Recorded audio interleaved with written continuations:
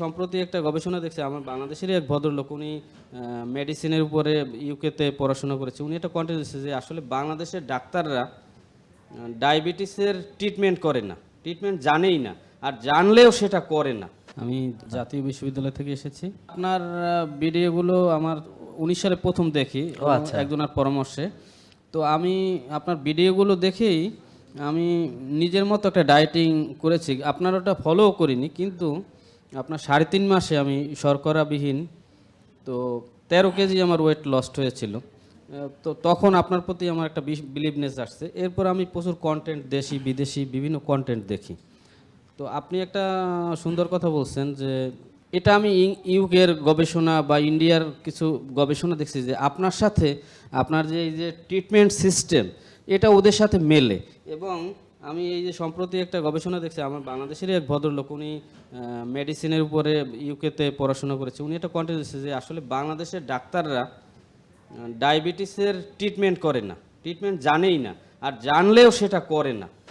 কারণ কি, আমার 8 মাস আগে যখন ডায়াবেটিস ধরা পড়লো, আমি কিন্তু স্কোয়ার এবং ল্যাব-8 বড় ডাক্তার দেখাইছি, বাট ওরা ওষুধ দিয়ে দিছে। তো আমি দেখলাম যে ওষুধ একটা মানুষের কিভাবে সলিউশন হইতে পারে। এটা তো আমি সারা জীবনে এই ওষুধ বয়ে বেড়াবো না। এবং আমার বয়স এখন 43 ইয়ার্স, এর ভিতরে আমি ওষুধই সেবন করি না, মানে ওষুধ বিরোধী। আমি ওষুধ পছন্দ করি না। তা আমি দেখলাম যে এটা আমার আব্বা ডায়াবেটিস ছিল, যে সারা জীবন কেন আমি এখন হয়তো বা আমাকে ট্যাবলেট দিল, 2 দিন পর আমাকে বলবে এই ট্যাবলেটে কাজ হচ্ছে না, আপনি ইনসুলিন নেন, অমুক করেন সমুক করেন।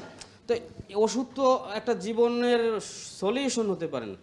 আমি এই জন্য নিজে অফিস থেকে ছুটি নিয়ে আজকে মেনলি আমার এখানে ডাক্তার দেখানোর উদ্দেশ্য মেনলি ওনার সাথে দেখা করা, ঠিক আছে। এবং এত বছর পরও আমি এখানে আসতে পারছি এবং স্যারের সাথে পাশাপাশি দাঁড়িয়ে কথা বলতে পারছি, এই জন্য অনেক ধন্যবাদ সুযোগ করে দেওয়ার জন্য। Thank you sir. আর আশা করি যে ওনার এই নিয়মাবলী ফলো করলে, কারণ আমি ওনার অগোচরে আমি ফলো করে এটার ইফেক্ট পেয়েছি, এই জন্য এখানে আসা। ঠিক আছে, থ্যাংক ইউ, অনেক ধন্যবাদ। অবশ্যই আপনি ভালো থাকবেন। জেকে লাইফস্টাইল লিমিটেড, ওষুধ মুক্ত সুস্থ জীবন।